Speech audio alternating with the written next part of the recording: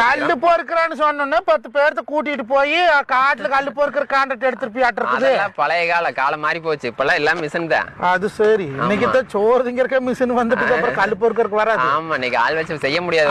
அந்த கல்லுல பொறுக்க தேவையில்லை. அந்த கல்லுல பொறுக்க வேண்டாம். அதையும் பொறுக்கிட்டு இருக்கீங்க. இது ஒரு ஏக்கரா ஓட்டருக்கு ஒரு ஏக்கரா வந்து 4 மணி நேரத்துல 5 மணி நேரத்து வரைக்கும் கல் இருக்கிறத பொறுத்து டைம் ஆகும். நிறைய காசு கேப்பீல. காசு மணிக்கு 2500 ரூபா வாங்குறோம். மணிக்கு 2500. கட்டுப்படியாகாத அப்புறம் நீங்க ஆள் கூலி இன்னைக்கு அதிகமாயிக்குதுல்ல. ஆள் கூலிக்கு கணக்கு போட்டு பாத்தீங்கன்னா 10,000 கேக்குற ஏக்கராவுக்கு மணிக்கு 2500னா 4 மணி நேரத்துல பொறுக்கிறேன்னா 10,000 ஆகுது.